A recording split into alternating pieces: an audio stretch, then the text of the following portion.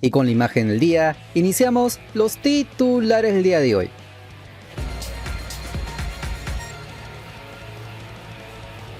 Y vamos con el resumen fast de la jornada 9 del torneo apertura de la Liga Femenina 2026, porque el campeonato de este género ya empieza a calentarse en serio y algunos resultados están dando muchísimo de qué hablar, sobre todo por lo que vienen pasando con Alianza Lima, que después del golpe en el clásico parece haber entrado en una etapa bastante irregular. Y ojo, porque las íntimas volvieron a tropezar. El duelo que había quedado aplazado por temas climáticos finalmente se jugó y terminó con victoria del Yanapuma sobre el cuadro blanquiazul, un resultado que claramente mete presión en Matute, porque poco a poco Alianza empieza a perder terreno en la pelea por los primeros lugares. El conjunto victoriano cayó por 2-0 en un partido bastante luchado y con mucho roce.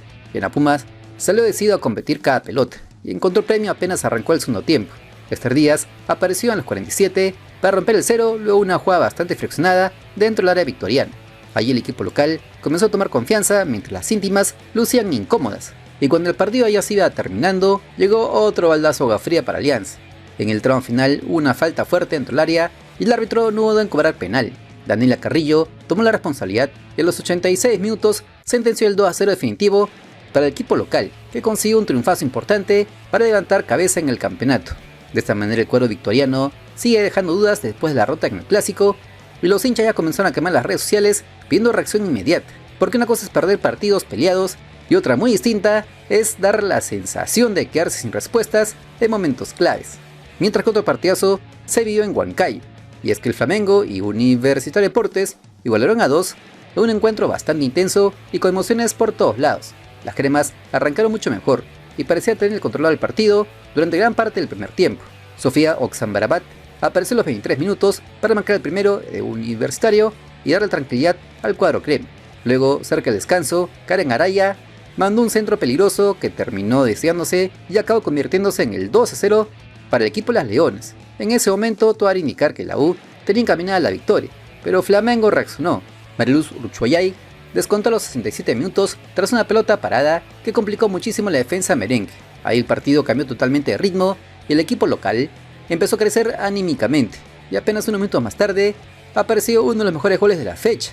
La colombiana Rubelis Pérez armó una jugada tremenda, sacándose rivales con mucha categoría hasta quedar frente al arco para marcar el empate definitivo a los 74 minutos. Un verdadero golazo que acabó salvando un punto para el equipo huancaíno, un resultado que deja abierta la pelea en la punta del campeonato, porque mientras la U siente que dejó escapar 2 puntos importantes, Flamengo acelera una reacción que puede ser clave pensando en lo que se viene.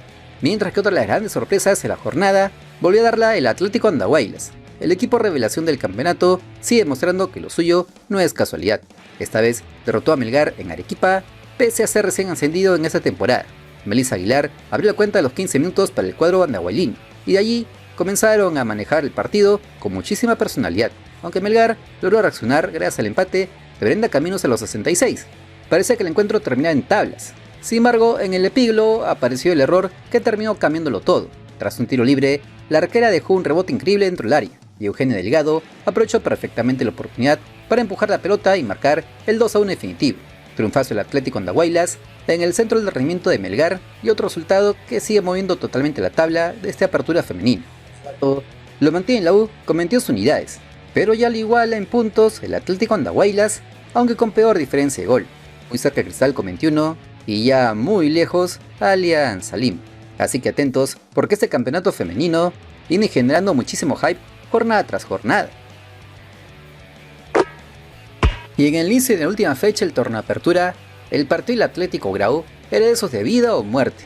El patrimonio, que venía siendo el peor local del actual campeonato y el que menos goles tenía, urgía de un triunfo para salir del fondo, y esto al final sucedió. Se enfrentó al Deportivo Moquegua, que soñaba con segunda alegría de visita para meterse en zona internacional, para indicar que esta sería una pichanguita muy trabada, de pierna fuerte y mucho nervio. En los primeros minutos, los piuranos avisaron con un par de remates que no hicieron ni cosquillas.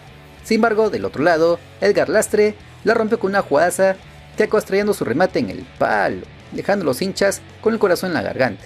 Y como si fuera poco, el árbitro Rudy Méndez se lesionó casi al final del primer tiempo, así que el juez del VAR, James Guamaní, tuvo que agarrar el silbato, de funciones de inmediato.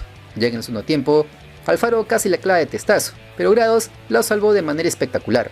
Sin embargo, a los 76 minutos llegó el baldazo fría para el equipo sureño. Aldair Vázquez hizo una jugada sensacional, remató con potencia y el portero Grados dio rebote. Ahí apareció Cristian Neira para empujar y poner el 1-0. Al final expulsaron a Eros Montenegro a los 83 en el equipo visitante, que al final lo intentó con Chávez y una vez más con Lastre, pero ya no hubo tiempo para nada. De esta manera, el Atlético Grau respiró, salió del último lugar y ahora ambos alistan para la Copa de la Liga caliente. El conjunto piurano chocará contra el Pirata Fútbol Club y Universitario Deportes, mientras que el Moquegua se mirá ante el Stargan de Bentín Tacna Heroica y el Melgar de Equipa. Veremos si este torneo les alcanza para levantar cabeza, porque ambos son grandes favoritos a perder la categoría en este 2026. Y cuando muchos pensaban que Alianza Lima iba a cerrar la apertura con una victoria tranquila en Cajamarca, el partido terminó dejando muchísimas dudas para el cuadro íntimo. Como se venía comentando en la previa, este encuentro tenía un ambiente especial por todo lo que rodeaba el Cajamarca y especialmente por la presencia de Hernán Barcos, quien por estar viviendo sus últimos días en club del norte del país. Además, también se hablaba de una posible despedida dentro del plantel local, así que el contexto ya venía cargado desde antes del pitazo final. Apenas arrancó el encuentro, hubo una interrupción por molestias de Brandon Palacios. El partido comenzó bastante cortado, con muchas faltas y fricción a mitad de la cancha. Incluso Hernán Barcos tuvo un choque fuerte con Mateo Antoni, que rápidamente empezó a calentar el ambiente en el estadio Ceres San Ramón. No era una pichanguita, eso creo clarísimo desde el minuto 1. Y una de las primeras cosas que empezó a preocupar en Alianza Lima fue la fragilidad defensiva. El equipo blancaazul intentaba salir jugando, pero dejaba espacios peligrosos atrás. De hecho, el Cajamarca avisó rápido que no iba a ser un partido de esos. Palacios ya empezaba a complicar constantemente y Barcos mostraba toda su experiencia jugando de espaldas y generando espacios para sus demás compañeros. Alianza tuvo una ocasión interesante tras un error del arquero a Espajo.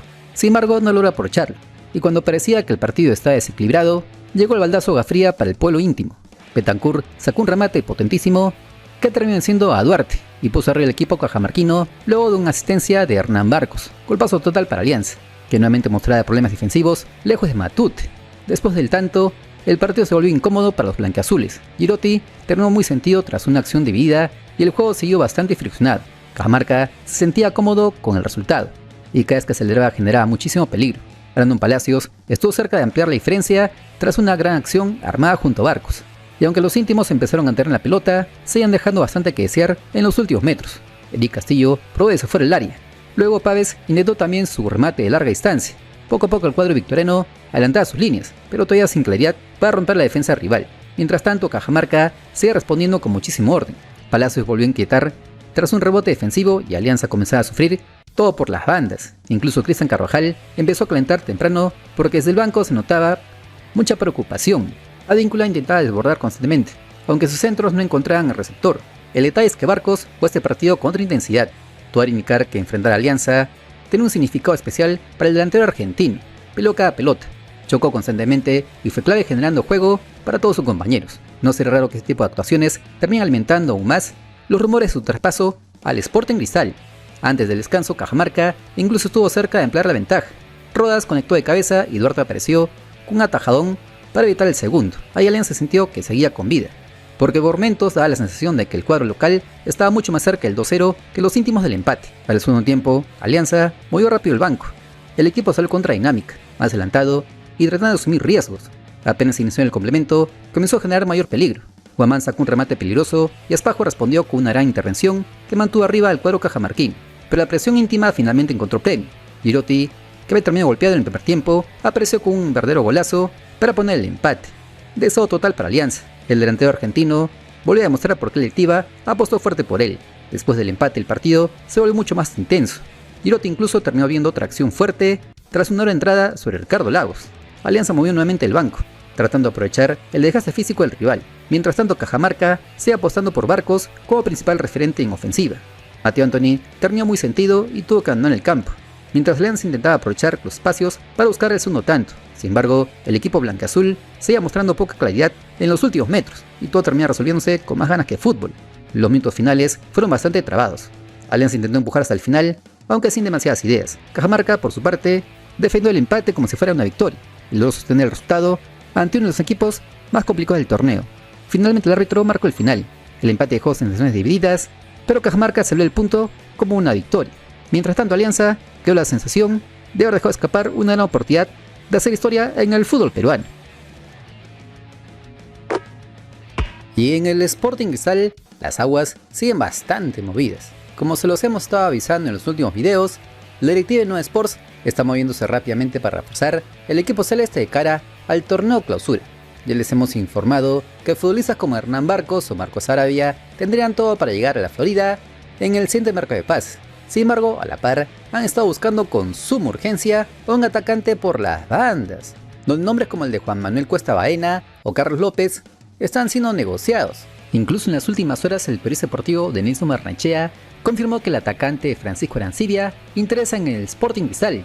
Es un extremo por derecha y por ahora es la principal opción en esa posición, pero de él les hablaremos a profundidad en el siguiente video. Sin embargo, ahí entraba una pregunta grande. Cristal por las bandas ya tiene un titularazo, Max Loren Castro, por lo que de inmediato empezó a sonar más fuerte que nunca posible transferencia en el siguiente mercado de pases. Como se los hemos estado contando en las últimas semanas, todo ha indicar que el club ya está preparando todo para una posible salida del juvenil en este medio año. Si no, no se explica por qué tanta insistencia electiva por contratar a un atacante extremo en los próximos días. Eso prácticamente confirmaría que las negociaciones con un equipo del exterior estarían bastante avanzadas por Max Loren Castro. Incluso distintas versiones señalan que solo faltaría detalles administrativos y la apertura oficial del libre pases para concretar esta operación. Ojo, no es casualidad que desde Portugal sigan apareciendo rumores alrededor del Sporting Club de Lisboa. Según supo por medios europeos, existiría un interés muy concreto por el futbolista de 18 años, incluso se habla de conversaciones avanzadas desde hace algún tiempo atrás. Por eso dentro de Cristal ya empiezan a asumir que probablemente estamos viendo los últimos partidos de Max Loren con camiseta celeste. Y claro, la directiva de Nueva Sports buscará romper el chanchito con el dinero que podría ingresar a las arcas bajopontinas por la transferencia histórica de su mejor joya en el actual plantel, aunque tampoco sería raro que aparezcan nuevas propuestas en las próximas semanas. Y ahí entró otro detalle que terminó esperando aún más el hype alrededor del extremo peruano. Nuevamente el Observatorio CIES publicó recientemente un ranking internacional enfocado en futbolistas sub-22 que juegan fuera de Europa, donde se mide la relación de sprints que realiza cada futbolista comparado con el promedio físico de sus propios compañeros de equipo. Allí la gran novedad fue justamente la presencia de Max Loren Castro, que se ubica en el segundo lugar de este ranking mundial. El atacante de Sporting Cristal registró un ratio de 1.97, un número que básicamente significa que realiza casi el doble de esfuerzos explosivos que el promedio de jugadores de su propio plantel. Es decir, no solo corre rápido, sino que constantemente acelera, cambia ritmo y ataca espacios con muchísima intensidad.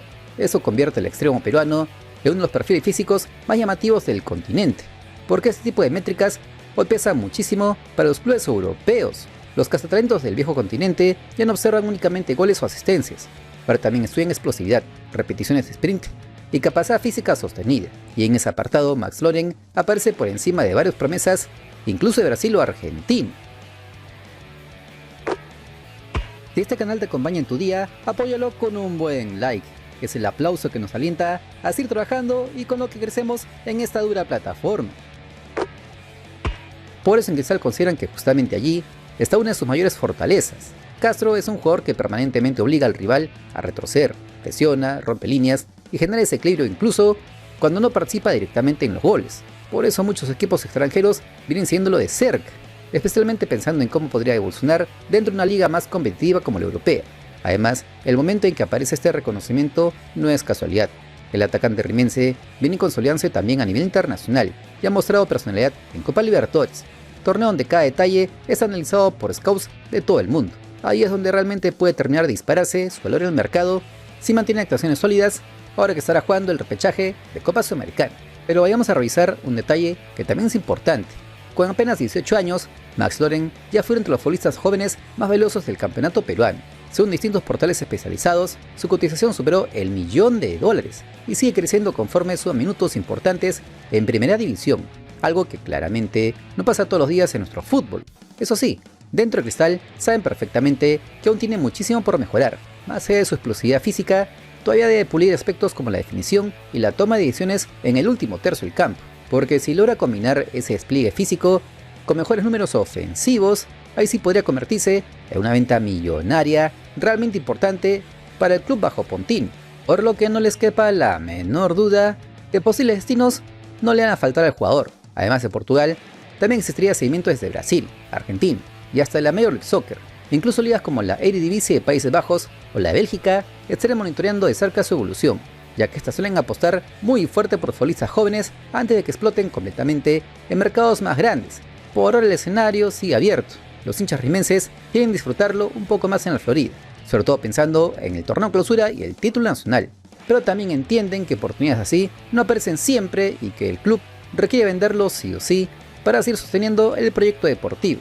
Veremos entonces si No Sports logra cerrar una operación importante o si el atacante permanece algunos meses más en el fútbol peruano. Pero ¿tú qué opinas? Ya sabes que te leo atentamente en comentarios porque somos el único canal que responde a todas tus opiniones con mensaje de voz. Ustedes son lo máximo. Nuestra comunidad logró la meta de suscriptores, por lo que tendremos el sorteo de la camiseta de fútbol en el canal. Atentos porque les traeremos más premios. Esta vez una pelota oficial si llegamos a la meta de 134,000 suscriptores, ya que el 51% de usuarios ven mis videos pero no se suscriben. Mejoremos ese número y seguiremos con más sorteos en el canal. Recuerda que hoy es un gran día y si no mañana, te prometo que lo va a hacer. Bendiciones desde el Perú profundo.